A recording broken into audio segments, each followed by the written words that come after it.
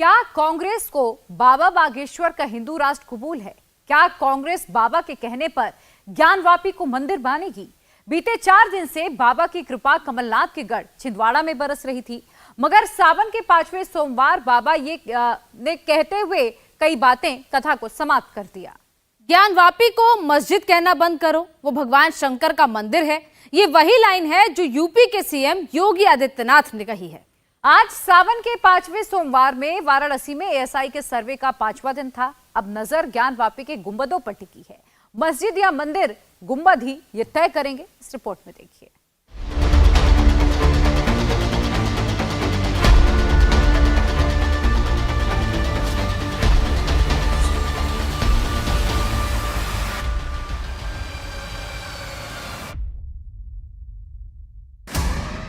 ये गुंबद ज्ञानवापी की कहानी कहेगा। मंदिर के दावे की निगहबानी करेगा। मस्जिद के सच की भी बयानी करेगा। वाराणसी के ज्ञानवापी में 5वें दिन भी एएसआई का सर्वे जारी रहा। सावन का 5वां सोमवार था और सर्वे का 5वां दिन। 58 एक्सपर्ट्स की टीम हरबा हथियार के साथ परिसर की मैपिंग में लगी रही। एएसआई की टीम का सारा ध्यान अब गुंबदों पर केंद्रित है। मंदिर के गर्भगृह के ऊपर शिखर होता है और मस्जिद का किबला गुंबद के नीचे।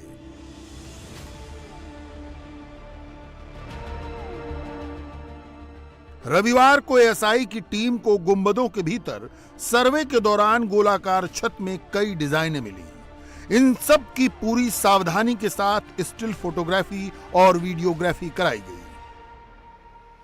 इन तस्वीरों में फूल पत्तियां, ब्रह्म कमल, हिंदू कलाकृतियां, मूर्तियों के कुछ टुकड़े और 20 आले मिले हैं। इन सब के काल का निर्धारण प्राचीन प्रतिमा शास्त्र के ग्रंथों से किया जाएगा।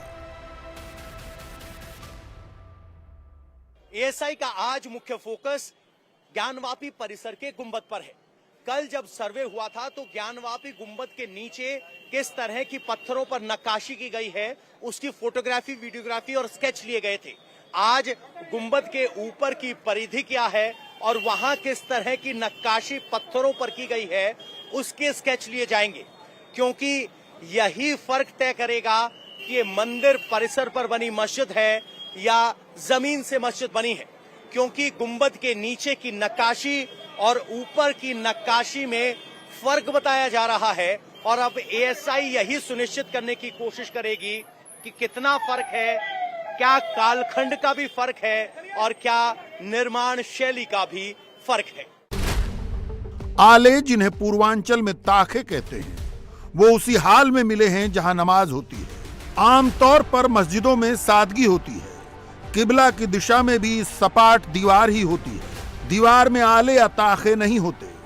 फिलहाल इन सभी चिन्हों की 3D मैपिंग कराई गई है। पूरे परिसर की डिटेल्ड स्टडी की जा रही है।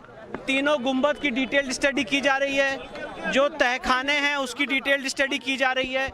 मैपिंग का काम, मेजरमेंट का काम, फोटोग्राफी का काम, ये सारा काम चल रहा है। मैं स्पेसिफिक डिटेल्स नहीं दे सकता हूं। मैं सिर्फ आप लोग को इतना बता रहा हूं कि हम तीनों लोगों का ऑफिशियल स्टेटमेंट और जो 4 वादनी महिलाएं उनका ऑफिशियल स्टेटमेंट यही है कि सर्वे का काम चल रहा है, सुचारू रूप से चल रहा है, कोर्ट की ऑर्डर की कंप्लायंस में चल रहा है और स्पेसिफिक डिटेल्स देने को हम नहीं दे सकते हैं। हम लोग बहुत संतुष्ट हैं। करते थे उसके कितने करीब हैं आप? काफी करीब है और आगे हर दिन करीब बढ़ते चले जाएंगे। अब बारी गुंबदों के ऊपरी स्ट्रक्चर में मौजूद चिन्हों की है। इनका गुंबद के अंदरूनी हिस्से में मिले चिन्हों से मिलान किया जाएगा। इस मिलान से यह साबित होगा कि ऊपरी स्ट्रक्चर और अंदरूनी स्ट्रक्चर में कोई समानता है या दोनों एक दूसरे से अलग हैं। जहां तक साइंटिफिक सर्वे का सवाल है तो उसका काम बुधवार से गति पकड़ेगा। यही वो सर्वे है जो अदालत के लिए ठोस सबूत मुहैया कराएगा। कानपुर आईआईटी की टीम बनारस पहुंच गई है। आईआईटी टीम के साथ ग्राउंड पेनिट्रेटिंग रडार है। जीपीआर दीवारों की अंदरूनी सच्चाई बताएगा। ज्ञानवापी परिसर के एसआई सर्वे के 5वें दिन भी अभी जीपीआर यानी ग्राउंड पेनिट्रेटिंग रेडार सर्वे शुरू नहीं हुआ है। शुरुआती पैमाइश के बाद ये किया जाएगा। हालांकि आईआईटी कानपुर से 2 विशेषज्ञ यहां पहुंच चुके हैं जो ये सुनिश्चित करेंगे कि रेडार आखिर किन किन इलाकों पर प्लेस किए जाएंगे ताकि ज्ञानवापी परिसर की एक कंप्लीट पिक्चर ऑब्टेन की जा सके। ये सारी कवायद गुंबद के नीचे मंडप होने के दावे के जांच के लिए है। अगर मंडप है तो उसकी उम्र क्या है, क्योंकि आदि विश्वेश्वर मंदिर का काल मुगलों से भी पहले का है। आइए अब रुख करते हैं छिंदवाड़ा के सिमरिया का, जहां बाबा बागेश्वर आचार्य धीरेन्द्र कृष्ण शास्त्री की हनुमत कथा का आखिरी दिन था। बाबा अपने प्रवचन में सिर्फ हिंदू धर्म कथा ही नहीं करते, हिंदुओं के जागरण का काम भी करते हैं। वो जो भी बोलते हैं खुलकर बोलते हैं। हिंदू होने का अर्थ उनके लिए बहुत साफ है। हिंदुत्व पर बोलते हुए बाबा बागेश्वर सियासी दायरे तोड़ देते हैं। उनके लिए हिंदुत्व सर्वोपरि है, राजनीति नहीं। बाबा बागेश्वर ने कथा के दौरान ज्ञानवापी का भी जिक्र छेड़ा और मेवात के नूह में हुए दंगों पर भी बोला।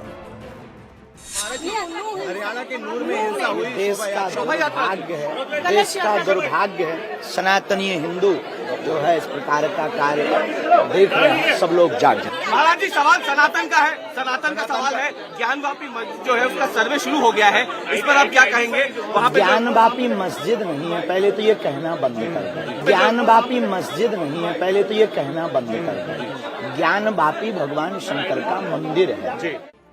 सुना आपने, ज्ञानवापी हो या मेवात, बाबा बागेश्वर की पूरी लाइन वही है जो योगी आदित्यनाथ की है। यूपी के सीएम ने कुछ इसी अंदाज में ज्ञानवापी को मस्जिद मानने से इनकार किया था। यही नहीं, उन्होंने खुद मुसलमानों से ज्ञानवापी पर दावा छोड़ने की अपील की थी। एक नजर योगी के बयान पर, ताकि सनद रहे और वक्त जरूरत काम आए। देखिए, अगर हम उसको मस्जिद कहेंगे तो फिर विवाद होगा। हमें ज्ञानवापी बोल देना चाहिए। वो ज्ञानवापी है और माननीय न्यायालय में गया है। माननीय न्यायालय स्वयं देख लें, अगर वहाँ साक्ष्य हैं, भौतिक साक्ष्य हैं, शास्त्रीय प्रमाण होंगे, अन्य पुरातात्विक प्रमाण भी होंगे, तो स्वाभाविक रूप से इस पे निर्णय होना चाहिए। ये तो रहा योगी आदित्यनाथ का स्टैंड, मगर योगी आदित्यनाथ एक सूबे के सीएम हैं, सन्यासी होकर सत्ता के साथ 2-2 हाथ कर रहे हैं। मगर बाबा बागेश्वर की लाइन तो बहुत पहले से क्लियर है। कमलनाथ के बुलावे पर छिंदवाड़ा जाने से भी पहले बाबा बागेश्वर भारत को हिंदू राष्ट्र देखना चाहते हैं। क्या बाबा बागेश्वर का हिंदुत्व कमलनाथ को कबूल है? शीतले ग्रहणम शीतले तुम जगमाता शीतले तुम जगपिता शीतले तुम जगद्धात्री शीतलाय नमो नमः। बाबा ने अपने प्रवचन के आखिरी दिन ये जरूर कहा, वो राजनीति से दूर है, मगर छिंदवाड़ा आने से बाबा का मकसद पूरा हो रहा है। बाबा को ये अच्छा लगा।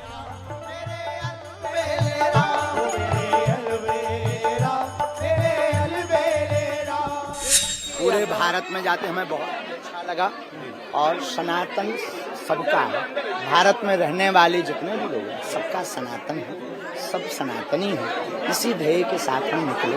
हम कोई सियासी आदमी नहीं है, इन सबसे हमको दूर ही रखा जाए तो हमें बहुत प्रसन्नता होगी।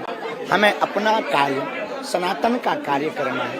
हमें जातिवाद को हटाकर सबको एक करना है। इसलिए हमको सियासी बयानों से, सियासी बगावत से दूर रखा जाए। वो धाम भी गए थे। हमारे लिए सब समान है, पूरा विश्व हमारे लिए समान। जो हमारे बालाजी का है वो हमारा है, जो हमारे राम का है वो हमारा है। हमारा जो संकल्प था वो पूर्ण हो रहा है।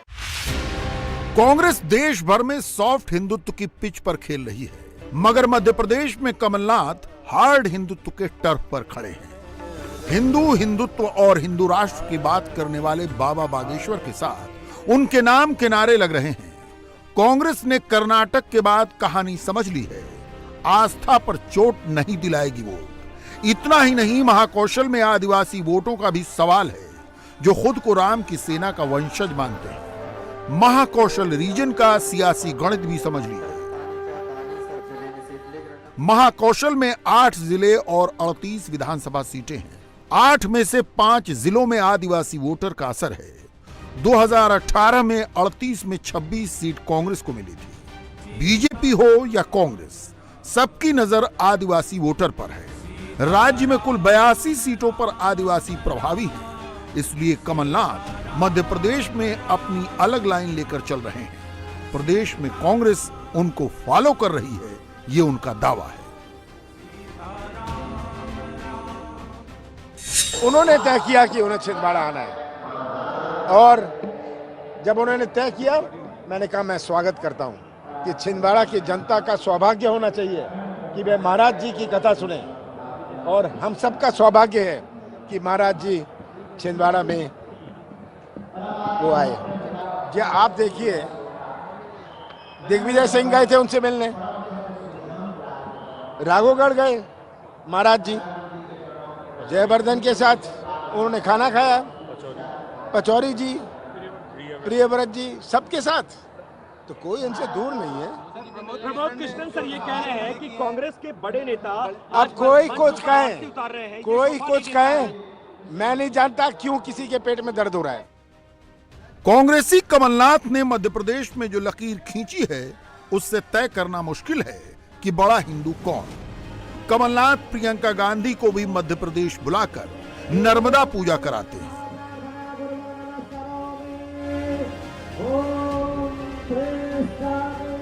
चौराहों पर विशाल गदा लगाते हैं। कांग्रेस दफ्तर पर संतों का जमावड़ा लगाते हैं। देखना है कि विधानसभा में बजरंगबली किस पर कितने मेहरबान होते हैं। इंडिया टीवी हर वक्त हर जगह डाउनलोड करने के लिए सर्च करें India TV news Google play store या ऐप स्टोर पर।